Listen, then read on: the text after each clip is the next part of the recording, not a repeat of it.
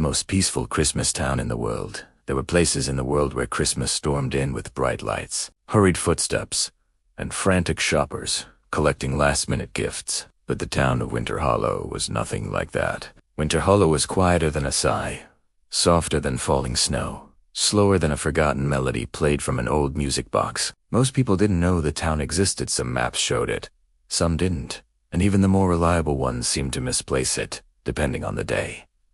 Winter Hollow did not mind this ambiguity. It preferred being unnoticed. The gentle snow had been falling long before Christmas approached. Snowflakes drifting with such tender hesitation that one might think they were unsure whether the ground was truly ready to receive them. They floated, swayed, and occasionally paused midair, weighing their options. The sky above was a pale peppermint gray, the kind of winter tone that seemed to hum with distant warmth rather than bite with ice. Everything in Winter Hollow felt softened at the edges, as though every corner of the town had been rounded by years of quiet. Some said the town formed a perfect circle, though no one had ever walked its full perimeter to confirm. The streets curved with such gentle ambiguity that you could never tell if you were walking straight or turning. People often began strolling in one direction, only to find themselves returning to the exact spot they started without remembering when they turned around. But in Winter Hollow, getting lost was simply a way of being found by something you didn't know you were looking for. As Christmas neared, the town grew impossibly more peaceful. Lampposts along the main road wore evergreen wreaths, all identical because Elizabeth Pike had crafted them every December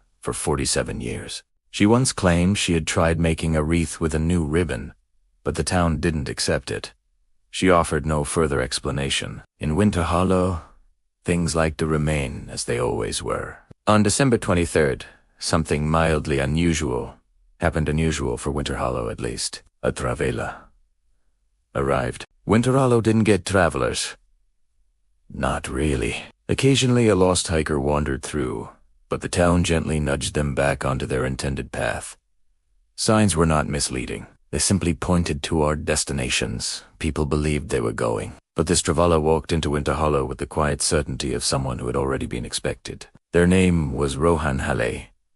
They carried a small suitcase, a thin scarf, and the gentle expression of someone who had forgotten what urgency felt like. They had left behind a city filled with blinking lights and relentless footsteps, seeking something nameless. Winter Hollow felt like the exhale they didn't realize they had been waiting for. At the town's entrance stood a wooden sign, the paint worn but legible. Welcome to Winter Hollow, a quiet place for quiet moments. No founding date, no population, just that. Rohan walked deeper into the town, suitcase whispering through perfectly soft snow.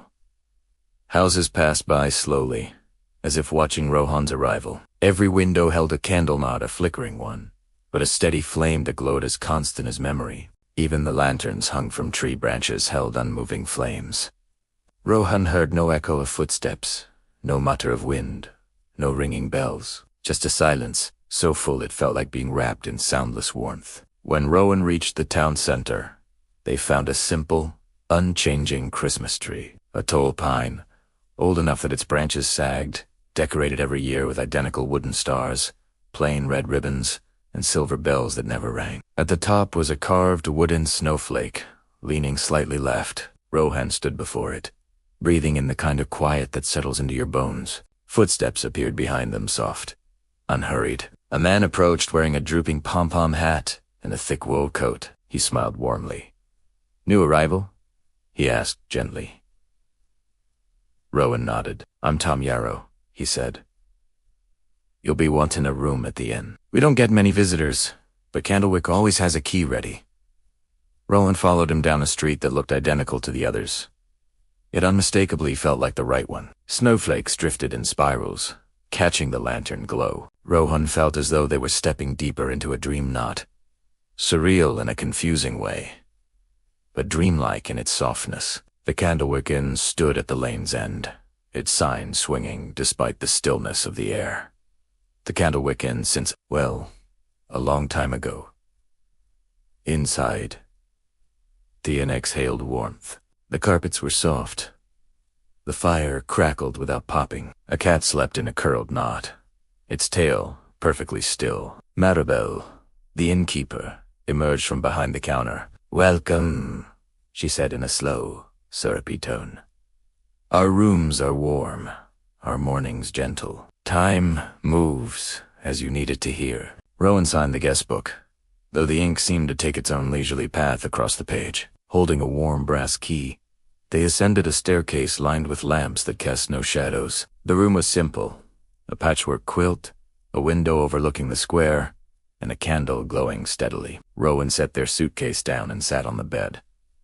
Outside, the snow drifted on. One snowflake hung motionless in the air. It was then Rowan felt something subtle. Winter Hollow had noticed their arrival. On Christmas Eve morning, Rowan woke to a soft, chiming sound that seemed to come from everywhere and nowhere. They sat up to find the candle still burning, the flame perfectly shaped, unmoving. The sky outside was a shade brighter still, quiet, still soft, but with a faint golden tint beneath the gray. Rowan dressed, wrapped their scarf, and stepped into the hall. Maribel greeted them with a nod that felt like she had been expecting them at that exact moment. "Breakfast is waiting," she said, "though it doesn't get cold here unless you want it to."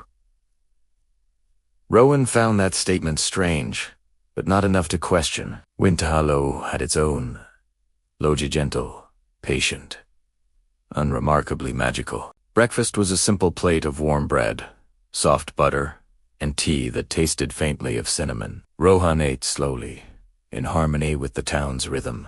Afterward, they wandered into the square. The Christmas tree looked the same as before and changed, unchanging, perhaps unchangeable. Tom Yarrow stood nearby, adjusting the wooden snowflake at the top using a long pole. Rohan watched him, unsure whether he was actually touching the snowflake or merely pretending. Tom noticed them. "Morning, Rohan. The town likes things just so." "So I'm noticing," Rohan replied. Tom nodded, his expression unreadable. "Christmas Eve is quiet here. Folks, prepare for the evening's gathering. You're welcome to join, if you'd like." "Of course," Rohan said automatically, though they didn't know what the gathering was. Tom wandered off, humming a tune so slow Rowan wasn't sure it had rhythm. Left alone, Rowan walked around the circular square, noticing how the buildings seemed both old and brand new. The corners of the town blurred like a watercolor not fully dried. In the distance, a street stretched out, but the longer Rowan looked, the less certain they were that the street actually went anywhere. All around them, Winter Hollow breathed. Not literally, but something like that. A soft awareness, a warm presence, a gentle observation. Snowflakes drifted in patterns Rowan couldn't predict, yet they didn't feel random. Everything moved at the town's pace, steady, dreamy, patient. Later that afternoon, Rowan wandered into Winter Hollow's small library. The door opened silently, and warm lamp glow greeted them inside. Rows of books stood neatly, though none seemed worn from frequent reading. Titles included Quiet Days and Quieter Nights, The Slowest Winter, a catalog of nothing urgent. Whispers of a Snowless Wind. Rohan found no author names on the covers. A librarian appeared from behind a shelf, a woman with silver hair, tied in a loose knot, moving with deliberate gentleness. "Looking for something?" she asked softly. "I'm not sure," Rowan said truthfully. "That is the best way to begin," she replied. She led them to a small wooden table with one chair. "If you stay long enough, a book will choose you." Rowan smiled uncertainly but sat. They waited, breathing in the faint scent of paper and warm dust. After some minutes, or perhaps much longer, one book on a nearby shelf slid forward a fraction of an inch, just enough to be noticed. Rohan picked it up. There was no titillony, a blank cover. Inside the first page was a single line. "A traveler arrives in Winter Hollow seeking something they cannot name." Rohan froze. Slowly, they turned to the second page. It was blank. The entire book, save for that first line, was blank. They closed, unsettled but strangely comforted. Winter Hollow felt like a place that quietly noticed things. That evening, the sky turned a deep lavender, not dark, not night just. An in-between color, lingering indefinitely. People emerged from their homes, moving slowly toward the square. Lanterns glowed with steady flames. Soft music drifted through the air bells, perhaps, though too faint to be sure. Maribel noticed Rowan arriving. "Welcome," to our Christmas Eve gathering. It's always the same, always peaceful. What do you do? Rohan asked. We listen, she said. To what? To the town. That didn't clarify anything, but Rowan simply nodded. The people of Winter Hollow formed a loose circle around the Christmas tree. They weren't rigid. They simply drifted into place, like snowflakes finding the ground. Then, silence.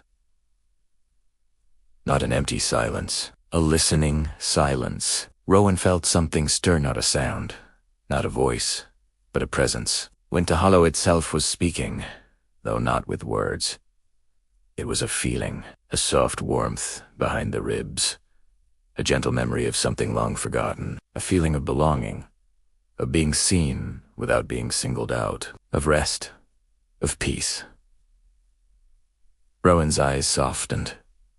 Their shoulders lowered, their fingers loosened. It was as though the town had wrapped a warm blanket around their heart. The tree's wooden snowflake glowed faintly, just barely, but enough to notice. Rowan felt something inside them unlock. Something they hadn't realized was tightened. Maribel whispered, "The town remembers every quiet soul that has passed through, and for those who stay long enough, it holds them gently." Rowan whispered back, "What does that mean?" But Maribel only smiled softly. The music continued, if it could be called music. It was more like the faint echo of something that had once been played far away. A memory of a melody. Rohan breathed in the cold air, which felt warm somehow. The snowflakes paused. Everything paused. Everything listened.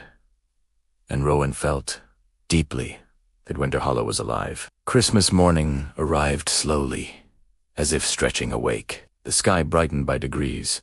Never fully sunrise, never fully day. Rohan woke feeling lighter than they had in years. Maribel greeted them in the dining room. "Sleep well?" she asked, though her eyes already knew the answer. Rohan nodded. "Very well. That's good. Winter Hollow takes care of its guests." Rohan hesitated. "Maribel, how long do people stay here?" "As long as they need," she replied. "Some 4 days, some 4 years. And you?" Maribel smiled. "Time doesn't move for innkeepers, dear. Not in Winter Hollow." Rowan didn't fully understand, but Winter Hollow made confusion feel natural, harmless. After breakfast, Rohan stepped outside. The snow was still falling, the same snowflakes. Perhaps Winter Hollow wasn't bound by ordinary time. Tom approached with his usual quiet smile.